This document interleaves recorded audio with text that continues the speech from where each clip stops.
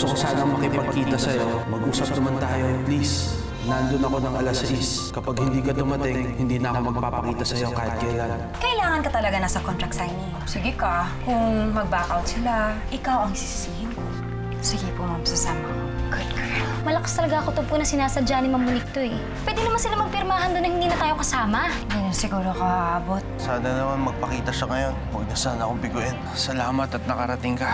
Ginusto ko na iparamdam sa'yo na masigit pa sa kaibigan ang turing ko sa'yo. Pwede ba tayong maging magkaibigan at magsimula ulit? Sabi na nga ba, dito muna kaya yung pinalit mo sa akin. Ano, habang nagkatrabaho kayo ni Kevin, may minamataan ka na habang tayo pa lang? May kasama siyang babae doon, nagwawala. Siguro yung dating jowa ni Patrick. At malamang, ikaw ang susugurin nun kung di na siya napigilan. Sorry na, hindi lang ako makapaniwala na may iba ka na talaga eh. Totoong tao pa siya. Na-promise ko na sa'yo, hindi na kita guguluhin. Kasi ayaw na siya sa akin, Sus. Ano ba kaya akong gawin para balikan mo? Tulot-tulo kayo ng kaibigan ko ngayon. Ikaw, masayang-masaya ka. Nagsisimula ulit kayo ni Patrick. Ito naman kaibigan ko, napakalungkot. Kasi nagtatapos siya sa isang relasyon.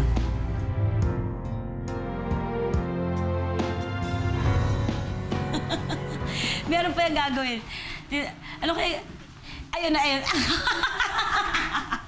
Hoy, Leila! Kamusta ka na? Okay ka lang? Alam mo bang lasing-lasing ka kagabi? Oh, ay, pasensya na ha, Susi, kasi sama kasi yung loob ko kahapon eh. Bakit ba? Kay Pato. Alam mo, halika. Halika dito, upo ka. Buka dyan. Kwento mo sa akin natin mamaya, pagkatapos itong pinapanood mo. Susi, asa pala si Lola Adora? Wala, umalis. Ano? Ano eh, nagpa-check up? Alam mo naman Mag-isa? Oo. Hindi mo sinamahan? Susi, alam mo namang nahihirapan maglakad si Lola. Eh, kasi nga. Papupuntahan ko na lang siya. Kaya mo na, alam mo naman. Eto, naman na dito. Hoy! Leila! Leila! Hoy! Yee! Bahala ka na nga. Lusutan ko na lang mamaya. Ako, kung alam mo lang kung nasan si Madam ngayon. Hay! Sana? Ayun. Isadora, gusto kong i-tour sila Mr. Lee and Mr. De Leon tomorrow sa plantation. Pakita mo sa kanila yung farm mansion tsaka yung mga tauhan. Okay? Okay po. Gusto ko nga po bumalik sa Quezon eh. Good. Baka naman dun ka may pag-date, ha?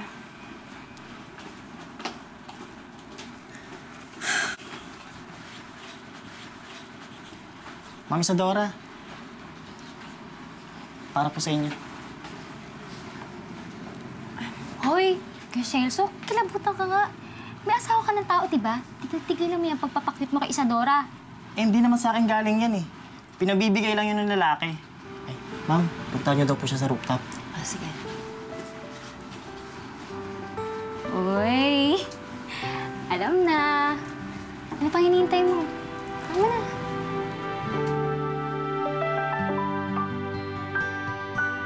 Hello, Susi. Wala naman sa ospital si Lola Adore. Asan ba siya? Ano? Kasi, nandito na siya sa bahay. Oo, nandito na siya kasi sa ibang ospital siya nagpa-check up. Alam mo naman yan, pabigla na lang pong lumipat sa ibang ospital. Oo, ganun. O, sige, uwi muna ako. Ano? Uwi ka? Ngayon?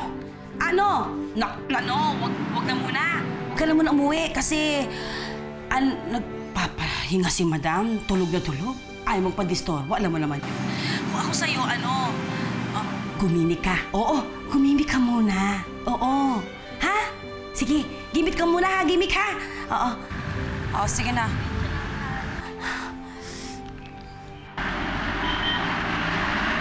Uy! Leila! Maggie, kumusta ka na? Hello, Maggie! Ano, nagustuhan na ba kayo ni Patrick? Oo. Sinabi ko sa kanya hindi ko na siya gagambalain. Alam mo ba, nakita ko si Pato. Kasama niya yung bago niyang nililigawan. Hindi ko na nga siguro natawayan kung di ako pinigilin ni Pato. Baka akong tanga. O, anong itsura ng babae? Wala, hindi ko nakita eh. Kasi nakatalikod siya, papasok siya ng building. Hindi ka man ba na-curious kung sino yung babae ni Patrick? Alam mo kung ako sa'yo, aalamin ko kung sino siya. Isi-search ko siya sa Facebook. Baka nga i-friends ko pa eh. Ayaw ka nang magulo. Hindi ka naman manggugulo. Aalamin mo lang kung sino siya, yung pangalan niya, at kung bakit siya yung pinili ni Patrick, kung ganun ba siya kaganda.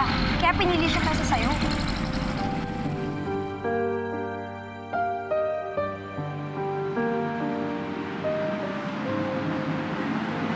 Friend, paano mo nga pala hanapin yung bagong nililigawan ni Patrick? Eh, hindi mo nga alam yung pangalan nun eh.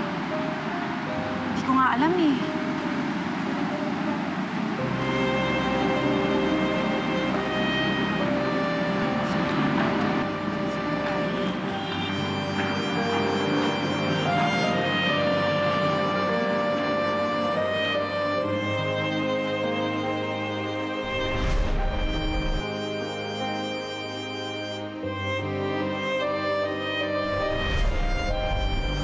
Parang alam ko na kung sino siya.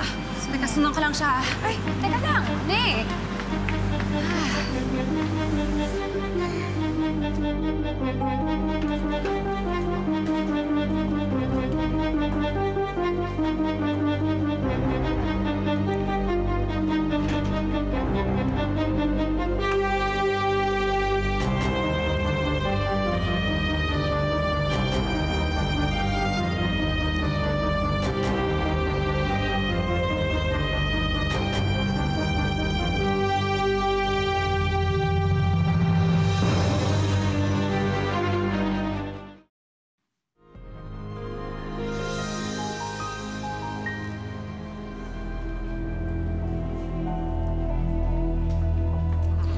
Anong ginagawa dito ni Laila?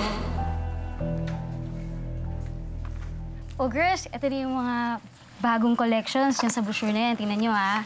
O, sa akin na kayo kumuha, ha? Tapos pakita niyo rin sa iba, ha? Basta, tawagan niyo lang ako. Okay.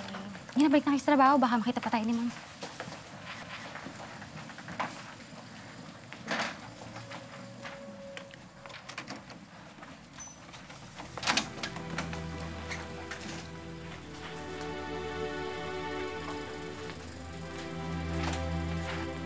Miss? Ay, miss, pwede pong magtanong? Ano yung pangalan nung... Kilala kita eh. Di ba ikaw na nagwawala sa labas ng building kagabi? Alam mo kung ako sa'yo, miss. Umalis ka na. Kasi wala dito yung babaeng hinahanap mo. Tsaka, huwag kang basta-basta gumagawa ng eksena dito, ah. Ire-report kita. Umalis ka na.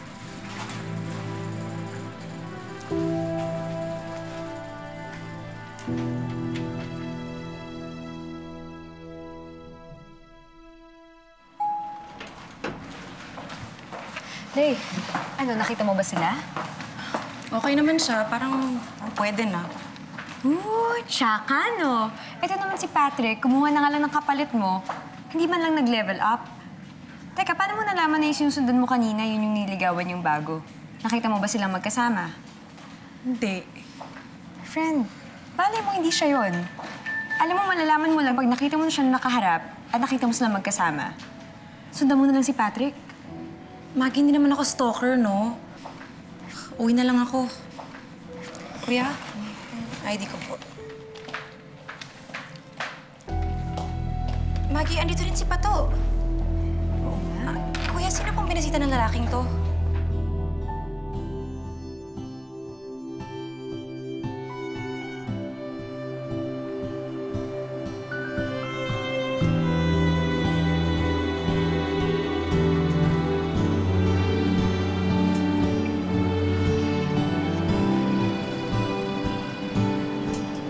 Saan si Patrick?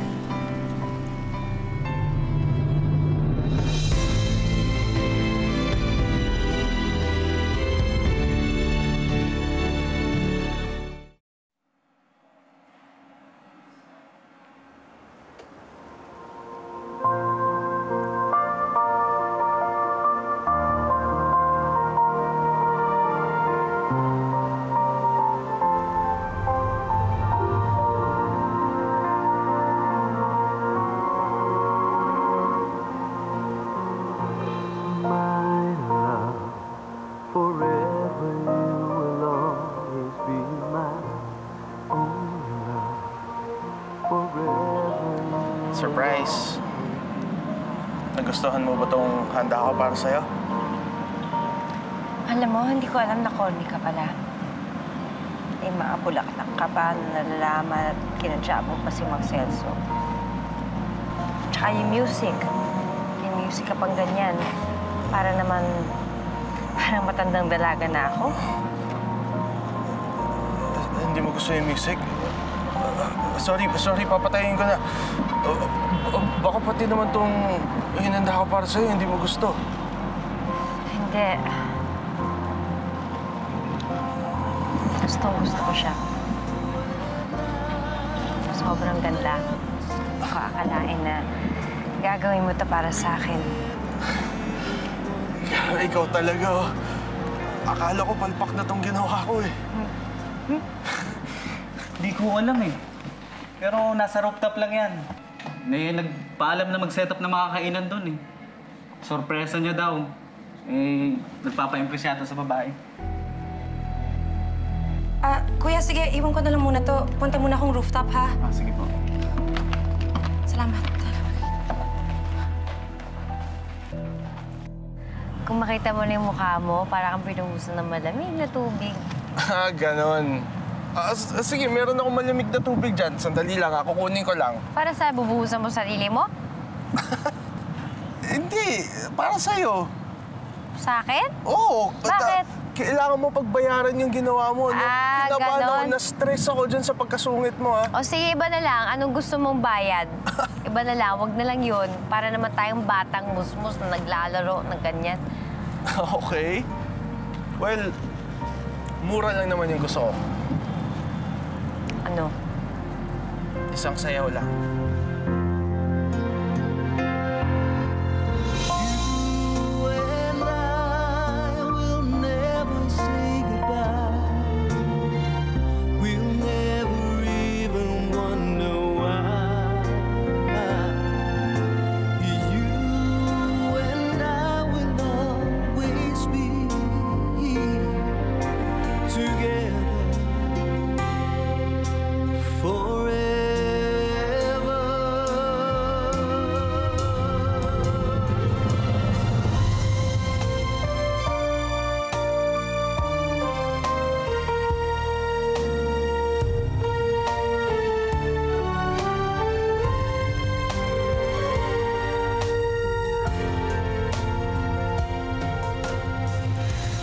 Maraming salamat, Ramon.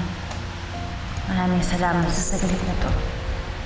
Hindi ko to ipagpapalit sa habang buhay na hindi ka kasama. Tulad ng pagsasayaw natin. Ito ang pinakamasayang sandali ng buhay ko. Mahal na mahal kita, Adora.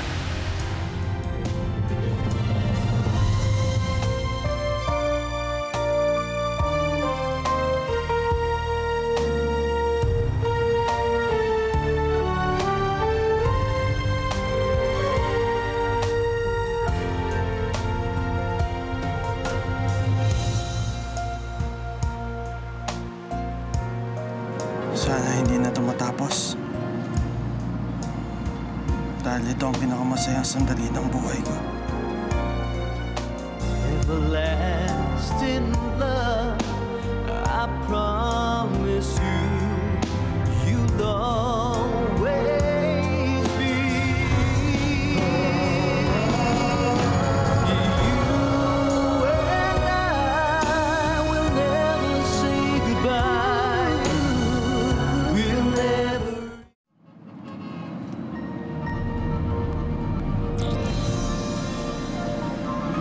Isadora, ayos ka lang? Hindi ako okay. Bakit mo ko hinalikan? Bakit mo ginawa yun? Sorry. Ang akala ko kasi... I'm sorry. Hindi kasi... I'm sorry. Sa akin lang naman, hindi mo masyado tayo nagmamadali. Alam ko, naghanda ka ng napakagandang... Kaya lang, hindi naman ibig sabihin, ibibigay ko sarili ko sa'yo agad. Hindi naman kasi ako ganong klaseng babae. Isadora, ni minsan hindi ko inisip tungkol sa iyan. Pasensya ka na. Nadala lang ako ng emosyon ko kaya ako nagawa yun. Ano mo naman siguro ang ibig ko sabihin? Pwede bang sabihin mo sa akin? Ano bang ibig mong sabihin? Isadora, matagal na akong may gusto sa'yo. Simula nung unang beses pa lang kitang makita sa panaginip ko. Nang ipinta kita, hanggat sa makilala kita. Para sa akin, ikaw yung literal na dream come true. Nakipaghiwalay ako sa girlfriend ko dahil all this time, ikaw ang mahal ko. Parang naghintay ako ng buong buhay ko para lang makilala ka at mahalin ka. Kaya kung pwede sana, mabigyan mo ako ng pagkakataon para maparamdam ko sa'yo yun. Patrick, may mga bagay tungkol sa akin na mahirap intindihin. Kaya kung pwede lang, sa tingin ko dapat mas kilalanin natin ang isa't isa ng gusto. Gagawin ko kahit anong gusto mo. Gagawin ko kahit anong kailangan, Isadora. Paano yung ex-girlfriend mo? Sigurado ako masasaktan siya kapag nalaman niya pinilita mo siya agad. Huwag mo na siyang intindihin.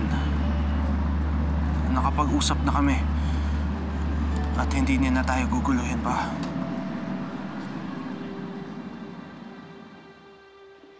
Ma'am, gusto niyo ako na lang po yung magsasabi ng business No, time. I just want to know kung anong ginagawa niya sa taas. Nandun ba yung cubicle niya? Di ba wala? Ano yan? Nag-skydiving siya? Pero ma'am, mainit dito sa taas eh. Oh my God! Sino ba kayo, ha?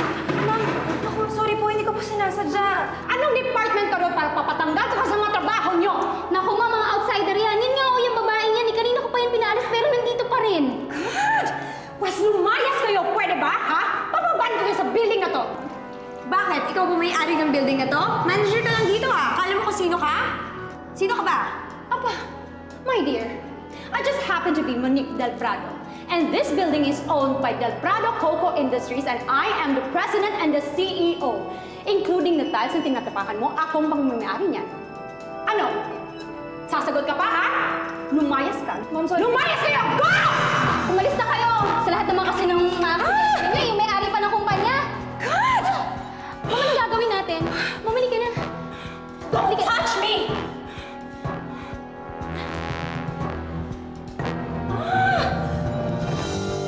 Umalis ka! Umalis ka! Yak!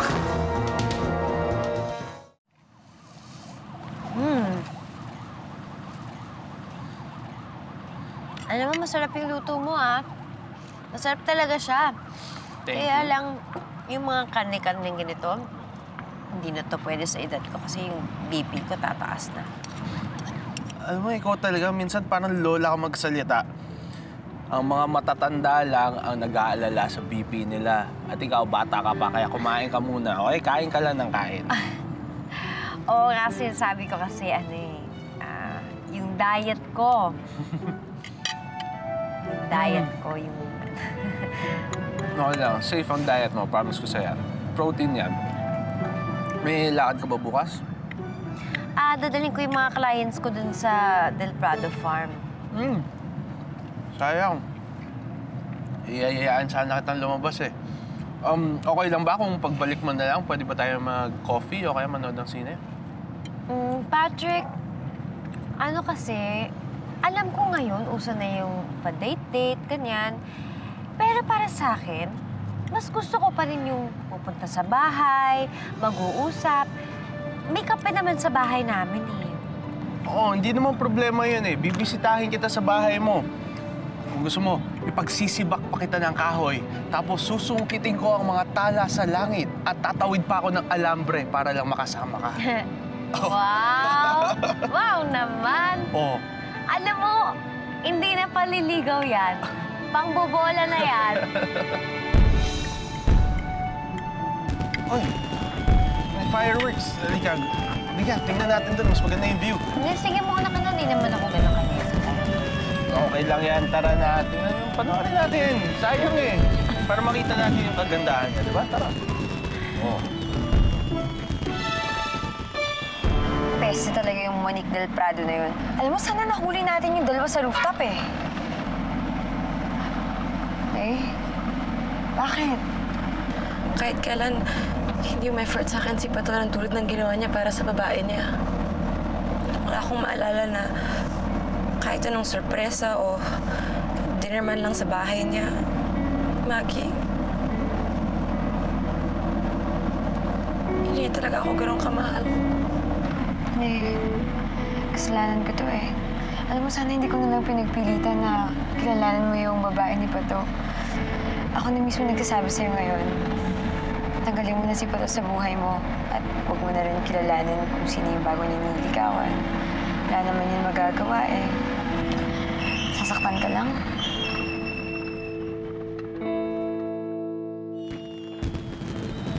Aba, ang ganda ah. Sabi ko sa'yo eh. Alam mo, sa totoo lang, hindi kasama sa plano ko tong fireworks display na yan eh. Kaya lang, siguro nandito tayo sa tamang lugar at sa tamang oras. Swerte tayo. Nakikita natin yung kagandahan niya.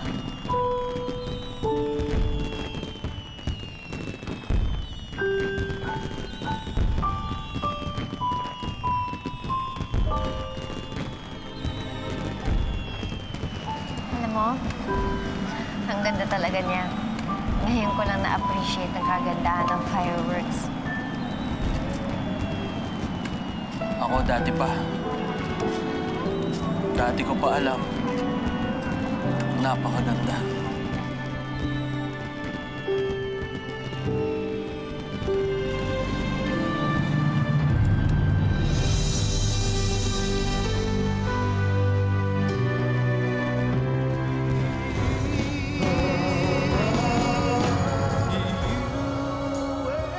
Kevin! Magkasama ba kayo ni Patrick? Patrick, nasa Quezon eh. Nanghiram pa nga ng sakyan sa kuya ko para sundan din si Dora, wala pa naman alas 12, di ba? Ang laki kasi nung kwarto sa kabila eh. Wala akong makausap. Ba't di mo subukan yung gitara? Pero mas mabuti pa kung doon na lang sa kwarto mo. Mag-aalas 12 na kasi. Okay.